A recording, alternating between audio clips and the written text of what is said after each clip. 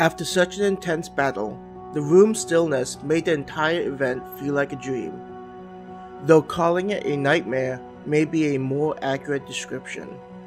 The demons were breathing heavily and cautiously looked at the massive crystal in the center of the room.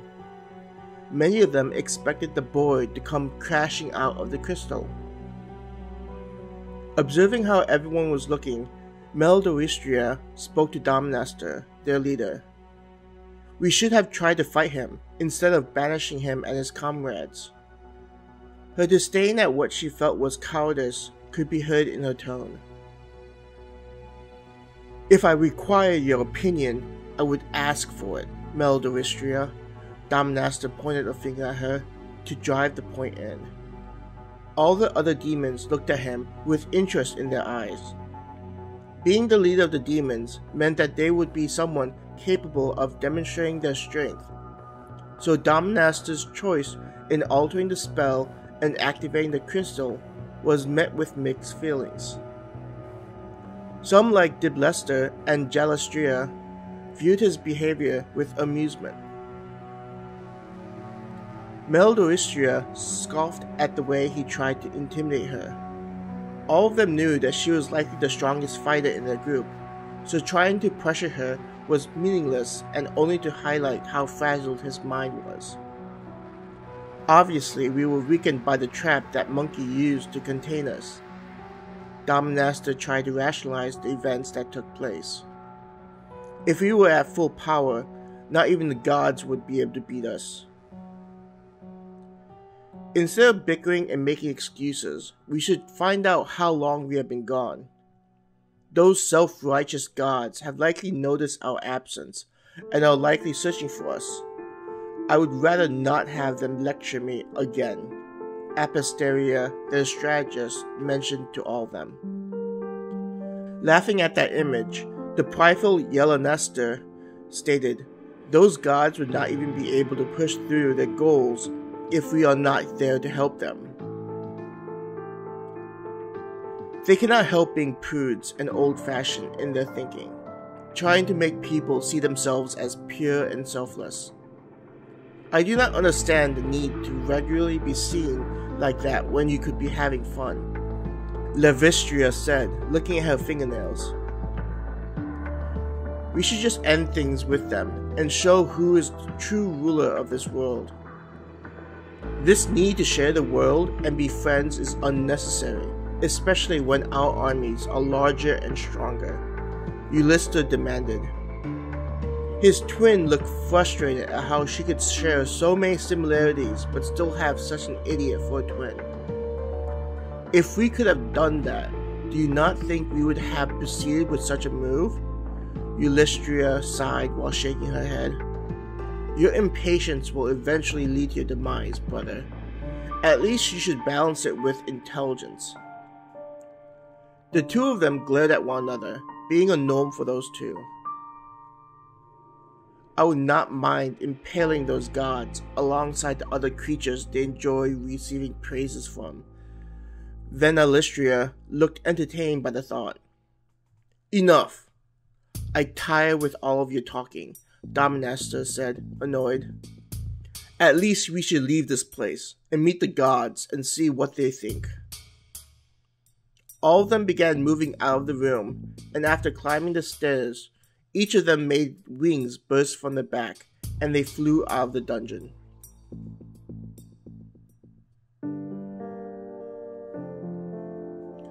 "Welcome to my store, Mary. The weather is wonderful, isn't it?" The store owner, William, greeted her. "You look as lovely as ever." Blushing from his flattery, Mary said, "Yes, the weather is pleasant." "What fantastic food will you be making today?" William guided her into his grocery store. "I was thinking of making a chicken dish with some type of cream covering the dish alongside glazed vegetables," she politely answered. Picturing the dish in his mind, William's face revealed how much he would enjoy eating that dish. Heading into the store, she grabbed a device called a cart and rolled it in front of her. Occasionally, Mary would stop and grab an item from a shelf and deposit it into the cart. She hummed a lovely tune and greeted other customers as she passed by them. Saying that life inside the city was different compared to other locations would be an understatement. Even the most fundamental nature of an organized society was removed. Each of the items taken and placed into the cart had no direct cost to consumers entering the store. If this were another city, William would be living on the streets with this type of setup. In this city, a person is assigned a living space based on the needs of the individual or family, and products and services inside of the city have no costs. This means that William set up the store due to his enjoyment in handling goods and interacting with people. The process of creating the store is easy, with him just needing to go to the related administrative building and placing a request. When that building gets a request for a new building or business, they contact anyone that provides the services, and if there are none, then golems do the work. She remembered asking if there could be a situation where everyone wanted to create the same business, and the people living here laughed at her and said that they could also make more room to accommodate that person. When she first arrived in the city and found William's store, she asked him where he received all the items inside, and he explained that the city was divided into various districts, and one of the districts was dedicated to gathering and creating the items found in the shopping district. If he found a particular item decreasing, then he just needed to contact the related office the city runs, and they would deliver more. William thought it was unbelievable how the office was very good at predicting when he would need a particular product. He had talked to one of the agents, and they explained that they used a field called statistics to predict things. Once Mary had gathered all the things she needed, which was not much considering she didn't need to buy more to try and get a better deal, she waved goodbye to William.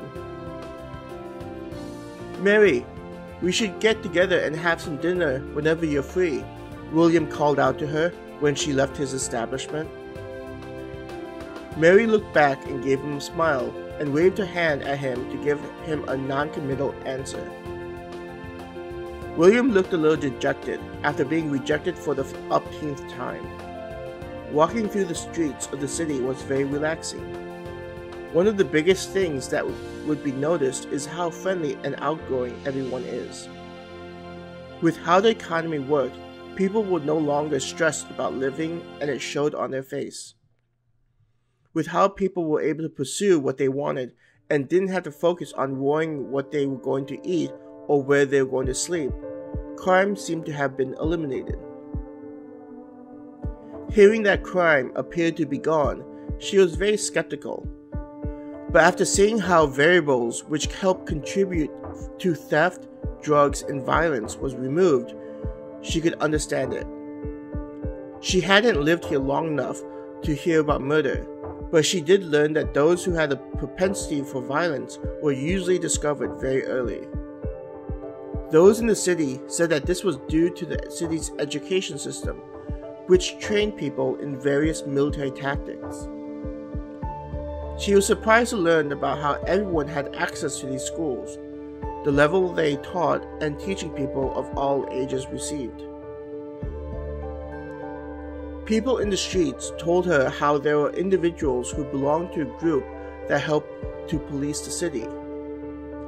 Finding those who may be a danger to themselves and others, those individuals would either intervene into conflicts or determine if there is a way for the instigator to stay inside the city. Initially, people were appalled at how efficiently people were processed to leave the city. But after learning that those banished were provided with transportation and sufficient earnings, not just to survive, everyone found the setup acceptable. In the worst cases, the person would be executed on the spot. Unlike in other cities, these people who enforced the peace were highly trained and without mercy. "Mary!" a voice called out to her. Looking towards the sound of the voice, Mary saw that it was a friend of hers. "Hello, Eve. How's your day going so far?" "Those spawns are draining me of my energy," Eve complained. "You should have someone look after them and give yourself a break," Mary suggested. "And let someone else have all the fun?" Eve feigned shock and horror. Both of them laughed at the idea. "I still can't believe I was able to find this place," she repeated once again. "After what happened to me, being forced by that noble and getting pregnant, I didn't know what I was going to do. I had seen plenty of women in my line of work who had to beg for scraps as they cared for their children. What kind of man wants to pay for a woman when children are crying in the room?" Mary placed a hand on her shoulder and said, "You're here now. You did a good job at raising beautiful twin girls and have everything you need to bring them up." "Yes, if it wasn't for the master of the city, I don't know what would have happened to me," Eve praised her fortune. "It was very fortunate that you overheard those merchants talking about the city," Mary said to her. "How about you? You never talk about how you wound up here. Plenty of men have been trying to get me to find out for them. I know that you prefer your independence, but I worry about you being alone in that place of yours." Eve tried to coax some information out of her. "As I was traveling to the next town, I happened to catch a ride from a merchant who was on his way here. With the money I had on me, along with other tradable services, I was able to purchase passage to this wonderful place." She laughed, seeing Eve's expression. "It isn't anything to be sad about. I'm used to being alone and enjoying my privacy, though I have enjoyed getting to know you." Mary winked at Eve. Eve gave Mary a hug, saying, "I also enjoy being your friend. Even though this place has provided me with so much, I value having you as a friend." Grinning at Mary, Eve suggested, "Why don't we grab some of that stuff they call ice cream? Sarah enjoys playing with the children, so I have a little time to hang out with you." "Sounds like you finally found a good sitter," Mary giggled. They chatted as they headed over to one of the nearby shops that served ice cream. There were already people sitting at the tables enjoying the cold and sugary dish, so they sat at one of the outside stools. Mary placed the items into the chilled box meant for customers when they were out shopping for food. When the sun began to set to signal the beginning of the night, Mary waved at Eve and walked back to her apartment. Going up the stairs, she made her way to her home and entered the dark room. Putting the grocery into the cold box, she stood in the dark room. "What do you have to report?" "We are ready to infiltrate them, Mistress Shade," the shadow informed her. Shade smiled.